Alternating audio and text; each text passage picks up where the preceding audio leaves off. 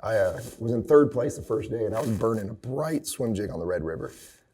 When you get to early springtime and you get those fish, the big females start moving up, it's like nothing gets those bigger fish more aggressive than a bright color. And so I just wanted to share with you some of the crazy colors that I throw, you know. Bright pink, believe it or not, on female bass is unbelievable in the spring. From Lake Fork, California Delta, and even smallmouth all year round. They like that bright stuff. But these are just some samples of some of the colors. And this is actually a company that I did swim jigs with before they went out of business, before I went to Pepper. So, but you can always get skirts anywhere, and you can always paint your heads and make them bright like that. And then with the trailers, change it. There we go. I even had custom poured, like, this is just one of my boxes to match those jigs. And these are actually like just hand poured horny toads, which is an excellent trailer on the back of a swim jig. They like that real tight vibration, and it planes real nice. And you can reel it through lily pads, you can reel it through just about everything. But the bright colors is usually when the fish are heavy on the beds, that's when I go with these. And then usually I don't pick them up for the rest of the year. So it's a small window when I use the real bright ones. If I was up north and I was smallmouth fishing, I'm sure I'd probably use them a little more often. The other thing real quick though, I do notice is like if you go to a lake and it's like generally a clear water lake, but there's been a lot of wind or a lot of rain or a lot of inflows and the conditions change the color of the water, that's when the bright colors will work again. And that could be throughout the year. But if it's steadily a dirty water, I still like to try to match the bait fish because the fish are accustomed to hunting their prey in nature as a camouflage bait.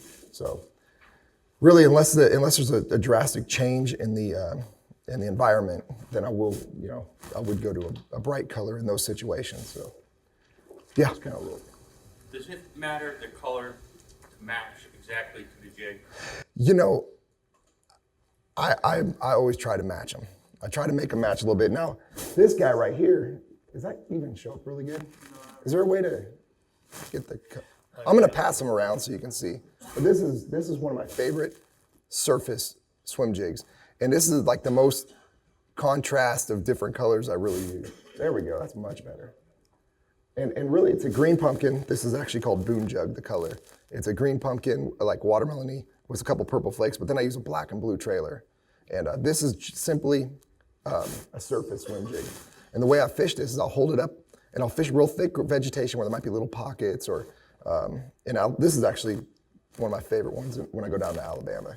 But you got a lot of that water willow grass, you got a lot of that little dollar leaf stuff, and you just sit there and you shake it on the surface, and it's really neat. I mean, they come up and grab it, but I like the black on the back of this jig because it's more of a silhouette when it's on the surface like that, and it's like throwing a frog. I get more bites with a black frog than I do with a white one. I mean, I usually get bigger fish on a white frog, but if I'm gonna go to a new lake I've never been to, I'm always gonna go black first. So the green pumpkin just kind of blends in with the grass a little bit, but also gives a little bit of extra flair and kind of looks like a camouflage bait fish. So I'm gonna pass this around. This has got a little rage crawl on the back of it. Rage crawl chunk, if you wanna just pass that around.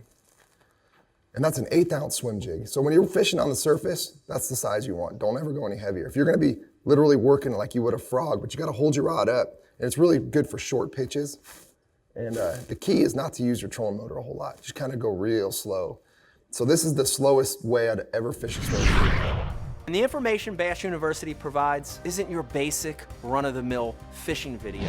This is specific information from A to Z to help you learn, get to the water, and become a better angler quickly.